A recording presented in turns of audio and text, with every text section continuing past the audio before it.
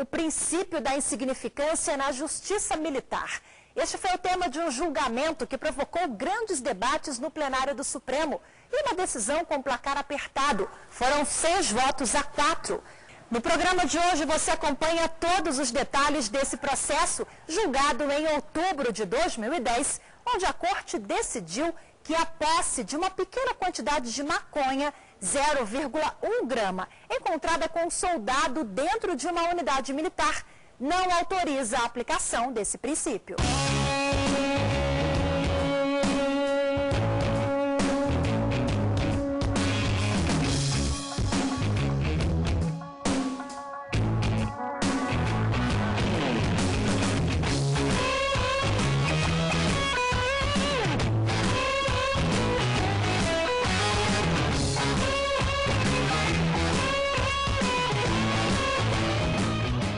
O princípio da insignificância pode ser definido como reconhecimento da irrelevância penal de comportamentos que não afetam de forma significativa os bens jurídicos protegidos. Ele pode ser aplicado, por exemplo, nos casos de furtos de alimentos, cosméticos ou de objetos de pequeno valor. Por exemplo, o roubo de uma fivela, o furto de uma fivela numa lojinha, ou uma melancia, um crime famélico, por exemplo, um crime de pequena monta, né, de menor potencial ofensivo, e que cabe aí a exclusão, o fato é atípico, leva evidentemente a que o juiz perceba que o Estado não teria que intervir com o seu direito penal punitivo. O especialista em direito penal explica que o princípio da insignificância ou crime de bagatela nasceu no direito romano, passou a ser aplicado no direito penal brasileiro na década de 70 e ganhou força a partir de 1988, com a promulgação da Constituição Federal. Afastamos o Código Penal e a Justiça determina a recuperação, uma advertência, uma demonstração. A pessoa, às vezes, comparece, ao invés de ir para cumprir a pena, ela comparece à justiça mensalmente, semestralmente, para aferir a sua conduta. Hoje vem sendo reconhecido com frequência em várias instâncias do Poder Judiciário brasileiro. Os doutrinadores passaram a usá-lo e a jurisprudência também passou a aplicar esse princípio para os crimes de menor potencial ofensivo. Mas se na justiça militar a matéria já está pacificada, na justiça comum a aplicação do princípio da insignificância sempre gerou grandes discussões e controvérsias. A polêmica em torno da aplicação do princípio da insignificância no âmbito militar existe porque os servidores militares federais e estaduais, entre eles os integrantes das Forças Armadas, estão sujeitos a uma legislação própria, o Código Penal Militar, criado por um decreto-lei em 1969. Ele é bem parecido com o Código Penal brasileiro, porém mais rígido nas penalidades. Quase todo o Código Penal Militar é o que tem no Código Penal Civil, a não ser os crimes tipicamente militares, que é deserção. Deserção ou insubordinação não existe, porque na vida civil não tem subordinação. Não existe, mas com outro contexto, né? Mas na vida militar não, tem o subordinado e o superior. Então, a subordinação é aquele que o subordinado não cumpre a determinação do superior. E deserção, só quem está numa organização militar é que deserta, ninguém mais deserta, ninguém foge de casa na deserção.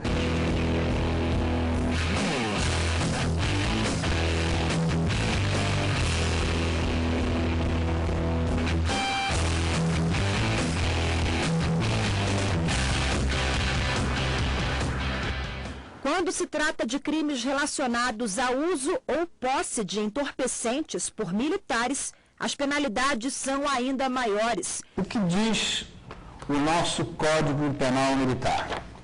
Artigo 290. Receber, preparar, vender, fornecer, ainda que gratuitamente, trazer consigo, ainda que para uso próprio, substância entorpecente, ou que determine dependência física ou psíquica, em lugar sujeito à administração militar. Pena: reclusão até 5 anos. O presidente do Superior Tribunal Militar explica que a legislação é baseada nos princípios da hierarquia e da disciplina, que são a base institucional das Forças Armadas. Dentro das Forças Armadas é inaceitável qualquer tipo de substância entorpecente. Isso fere as relações sociais entre as pessoas, isso denigra a imagem do país no exterior. Então é muito complicado você aceitar esse tipo de conduta. O debate sobre o princípio da insignificância para militares flagrados com drogas chegou à mais alta corte do país por causa de um habeas corpus em favor de um soldado pego com maconha. O tema já tinha sido julgado pelas turmas do Supremo, mas pela relevância do tema foi remetido ao plenário. O habeas corpus número 103684 foi apresentado pela Defensoria Pública da União em favor do soldado Evanildo Costa do Nascimento. Ele foi surpreendido com 0,1 grama de maconha enquanto trabalhava no Hospital das Forças Armadas em Brasília. De acordo com o relator do processo, ministro Carlos Aires Brito, o soldado estava de serviço quando recebeu a droga pelo portão do HFA. O paciente foi surpreendido recebendo pelas grades que cercam o hospital militar maconha de 2 outros rapazes. Os rapazes estavam do lado de fora da área do hospital. O soldado Evanildo, quando solicitado para apresentar o que tinha na mão, jogou a maconha no chão, na área do hospital, o que provocou o desperdício de grande parte dela. Utilizando a lanterna, era noite, a testemunha conseguiu recuperar um pequeno fragmento daquele material. Ora, se a quantidade de maconha em poder do paciente era realmente ínfima, tal fato provavelmente se deu por efeito do descarte de parte do material em vias de apreensão. Mas com os outros 2 rapazes foram apreendidos um cigarro já enrolado, um cigarro de maconha, e uma quantidade de maconha ainda prensada. A Defensoria Pública da União questionava a decisão do Superior Tribunal Militar, que condenou o soldado a pena de 1 ano de reclusão, com base no artigo 290 do Código Penal Militar. No entendimento da Defensoria Pública, o caso seria de absolvição, porque entende que deveria ser aplicado esse princípio que afasta a tipicidade material. O princípio da insignificância, que é inclusive alegado pela Defensoria Pública em vários outros casos, ele diz que condutas ínfimas, não só nesse caso, furto de bagatela, furto de pequenas coisas em loja, aquela pessoa que invade, entra às vezes numa loja e furta um pacote de fraldas, uma coisa assim, que esse tipo de conduta, da insignificância, não atinge o bem jurídico, não deve ser punido com rigor da lei penal. O habeas corpus também pedia a aplicação da Lei Civil mais benéfica, a número 11.343, de 2006, conhecida como a nova Lei de Drogas. Porque ela trata o usuário como uma pessoa que precisa de ajuda, de reinserção. E isso, aliás, é tratado em vários dos seus artigos. E essa recuperação e reinserção é destinada a quem? Ao ser humano. Não importa se ele é militar. Ele pode até, a pessoa que não consiga se livrar do vício, da droga, pode até ser afastada daquele trabalho, talvez possa até ser incompatível. Mas o tratamento dado pela lei mais recente, é justamente uma lei mais recente, de inseri-lo, de ajudá-lo. Droga é um problema social, não tem dúvida. Eu já falei aqui, é um problema de saúde, por isso está titulado no capítulo saúde, crime contra a saúde. Mas é também seria fechar os olhos para o absurdo, que é você deixar que a droga entre nos quartéis. O debate dividiu a Suprema Corte, mas por maioria, o plenário entendeu que a quantidade, mesmo que reduzida, de substância entorpecente dentro de uma unidade militar não autoriza a aplicação do princípio da insignificância. O uso de drogas e o dever militar são como água e óleo, não se misturam. O princípio da insignificância é uma aplicação do princípio da proporcionalidade, aplicável à espécie e ao Código Penal Militar. Depois do intervalo, você acompanha os argumentos dos ministros que votaram contra o habeas corpus. Entenda também por que parte do colegiado votou a favor do princípio da insignificância. Todos os detalhes desse processo em instantes.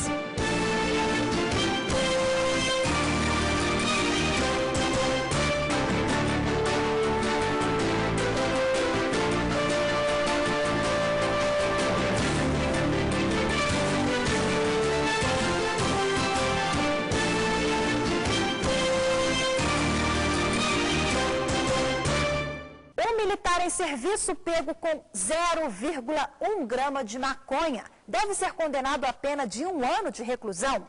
Ou pela pequena quantidade de droga encontrada com ele, caberia a aplicação do princípio da insignificância. Por 6 votos a 4, o plenário do Supremo entendeu que a norma militar com punição mais rígida deve ser aplicada nesses casos.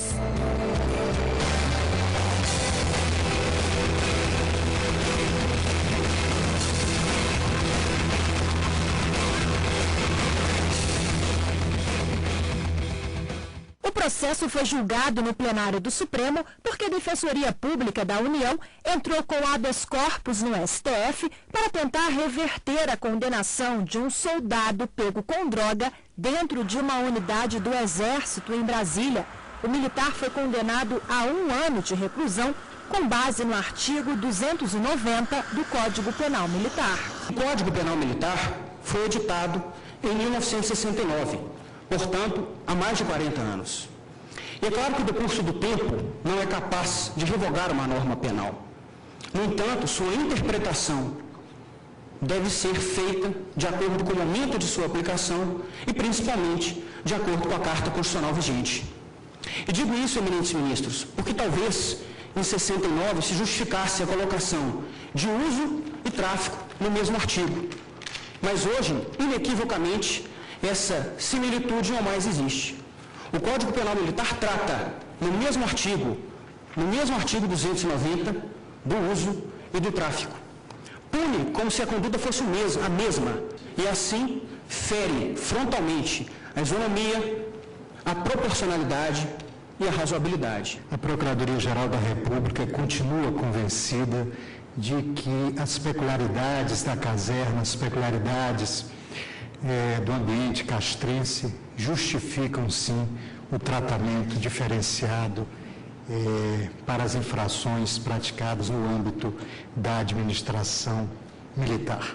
A natureza e a importância dos bens jurídicos resguardados pela legislação penal militar ultrapassam as indicações setoriais referidas no Código Penal Militar e justificam a especialidade daquela legislação e também, dentre outros, o rigor legal no tratamento das questões voltadas a entorpecentes no âmbito da administração militar. O relator do habeas corpus número 103.684 foi o ministro Carlos Aires Brito. Ele afastou a possibilidade de aplicação do princípio da insignificância e justificou que os militares estão submetidos a um regime próprio. O uso de drogas e o dever militar são como água e óleo, não se misturam.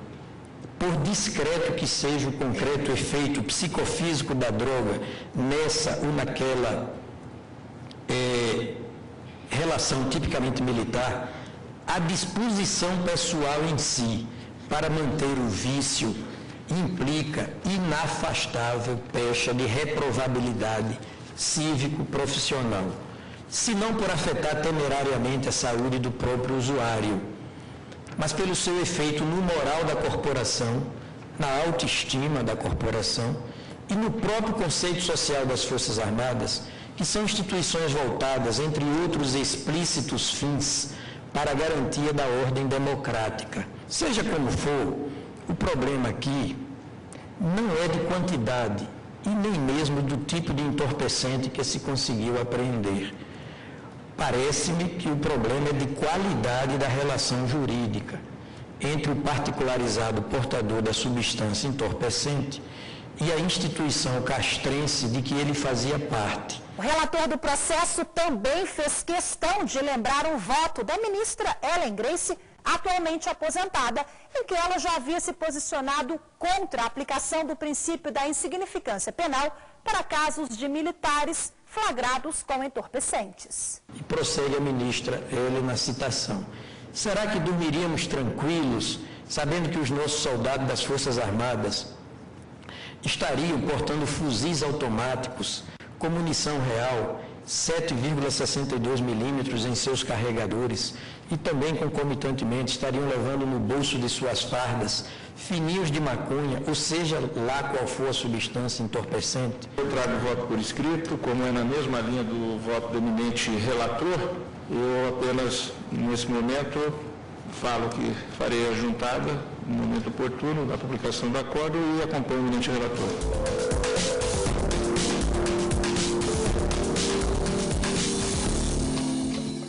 Alguns ministros que já tinham votado em processos com o mesmo conteúdo, só que em julgamentos nas turmas do Supremo, não tiveram o mesmo entendimento no plenário. Também, presidente, mantenho o entendimento que venho adotando na turma na aplicação do princípio da insignificância aos casos militares em razão da especialidade da norma que faz com que, para mim, não seja aplicada aqui a Lei 11.343. Acompanho, portanto, o relator. Também eu me mantenho fiel ao que tenho decidido na turma, entendo tal qual o eminente relator que as Forças Armadas, por força do artigo 142 da Constituição, organizam-se com base na hierarquia e na disciplina, estão sujeitas a um regime especial, diria até especialíssimo, por exemplo, não cabe habeas corpus contra punições disciplinares, não têm os militares direito à sindicalização ou à greve, de outro lado também não podem filiar-se como ativa a partidos políticos, portanto é um regime todo especial. E creio que este regime abrange também as normas penais a eles aplicáveis. O ministro Joaquim Barbosa votou a favor do militar.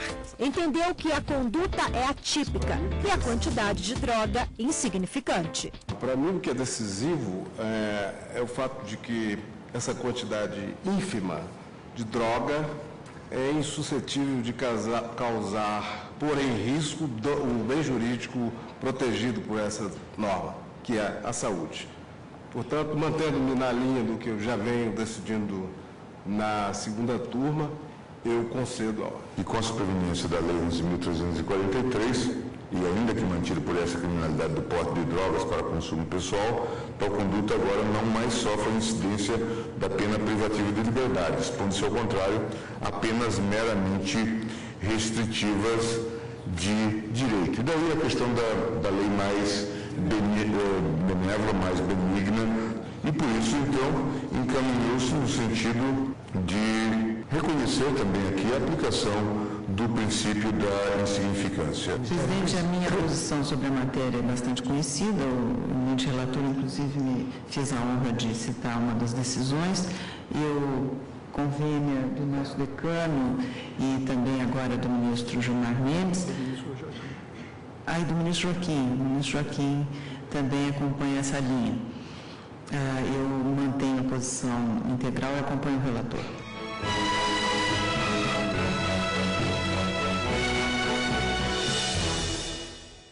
Aplicável à espécie é o Código Penal Militar. E não podemos, como ressaltei, não podemos mesclar os dois sistemas para chegar-se a um terceiro.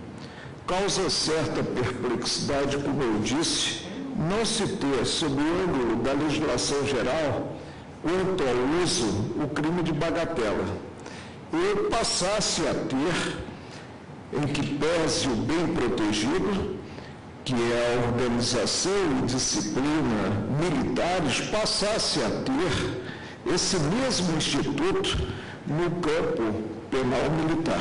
O decano do tribunal, o ministro mais antigo da corte, Celso de Mello, fez questão de destacar a posição já conhecida dele sobre o tema. O ministro entende que mesmo em crime militar, envolvendo militares e entorpecentes, deve ser aplicada a lei mais benéfica, no caso, a nova lei de drogas. Tenho assim entendido, colhendo segunda turma em sucessivas decisões no que concerne à aplicabilidade ao delito militar de porte e guarda de substância entorpecente em quantidades ínfimas do postulado da insignificância, ainda que invocado o princípio da especialidade, na verdade o critério da especialidade, afigura-se desarrazoado equiparar o tráfico de entorpecentes ao simples porte para consumo pessoal. Mais evidencia essa desproporcionalidade o fato de, para ambas as condutas, o crime militar de tráfico de entorpecentes e o crime militar de posse de substância entorpecente para uso próprio, ser combinada a pena mínima de 1 ano de reclusão, solução drástica para o simples porte. Embora o princípio, na verdade o critério da especialidade, privilegie a autonomia do direito penal militar, isso não pode significar, pelo menos em relação aos crimes impropriamente militares, uma total falta de sintonia com a lei penal comum. Foram 6 votos a 4, vencidos os ministros Joaquim Barbosa, Gilmar Mendes, Celso de Mello e César Peluso. Eu não faço nenhuma objeção, antes concordo inteiramente com todas as premissas do altíssimo e brilhantíssimo voto do eminente relator, seja em relação à aplicação do princípio da especialidade, seja em relação à importância e à relevância dos valores jurídicos envolvidos na tipificação dos chamados crimes militares. Mas, como me deu respeito, eu me ponho num ponto de vista um pouco diverso, que é o seguinte: ainda que a objetividade penal aqui seja a disciplina militar, a eficiência, enfim, da atuação, etc., no campo militar, qualquer que ela seja, ela jamais poderia ser posta em situação de dano com a posse de 0,1% de substância entorpecente. Concedo a ordem e proclamo o resultado. O tribunal denegou a ordem contra os votos dos ministros Joaquim Barbosa, Gilmar Mendes, Celso de Mello e o presidente. Declaro encerrada a sessão. No próximo bloco, você acompanha a repercussão dessa decisão do Supremo, a consolidação da jurisprudência que afasta a aplicação do princípio da insignificância em crimes militares.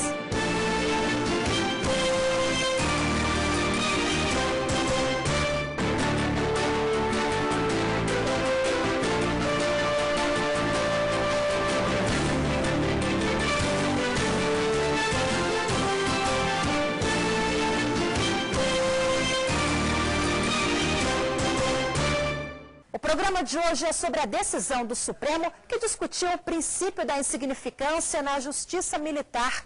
Por maioria, 6 votos a 4, o plenário decidiu que esse princípio não pode ser aplicado em situações em que militares são flagrados com entorpecentes.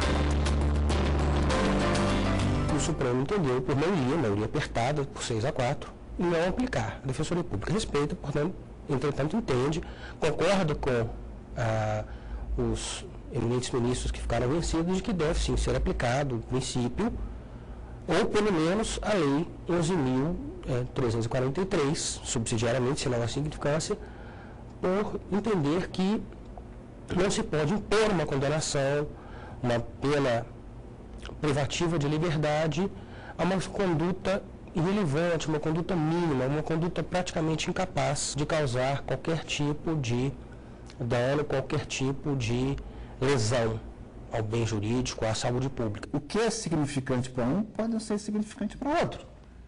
Então você não tem medida para isso. Isso pode ser feito dentro da cabeça de uma pessoa, da mente de uma pessoa, o que é pouquinho já é o suficiente para ele. Daqui a pouco passa a ser não o suficiente, ele pega mais um pouquinho. Então, isso não vem ao caso. Vamos supor aquele soldado que esteja de serviço, encarregado da vigilância de uma unidade militar. Ele assume o serviço, um fuzil carregado, e puxa lá o seu fininho, como dizem, né? Entre aspas, e começa.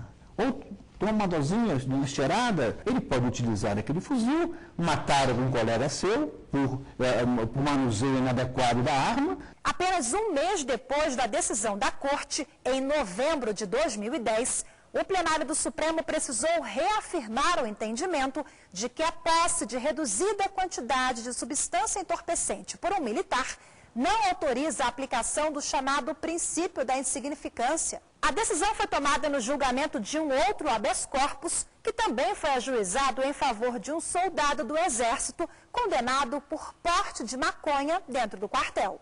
Verificamos a tendência da própria sociedade, porque o Supremo representa a sociedade. O caminho de julgados do Supremo leva, evidentemente, a que um juiz de primeiro grau, lá nos grotões da Amazônia, ou no sul, ou no leste, ou no norte, nordeste, siga a mesma opinião, o mesmo julgado do Supremo. Entendo que foi um julgamento importante, um julgamento relevante, pelo número de processos versando sobre o tema, em relação ao rigor, muitas vezes, que se tem com o militar, com a questão da hierarquia e disciplina. Era uma discussão que eu entendo bastante importante para os próprios militares, para as pessoas que respondem a esses processos. Na medida em que as turmas pensam diferentes e ao plenário e chegam a uma conclusão, isso é que é importante. E é importante porque para a Justiça Militar da União, essa jurisprudência já existe. Nós temos agora um aliado que é o Superior Tribunal Federal que está junto conosco. O grande julgamento do STF fica por aqui. Obrigada pela sua companhia e até o próximo programa.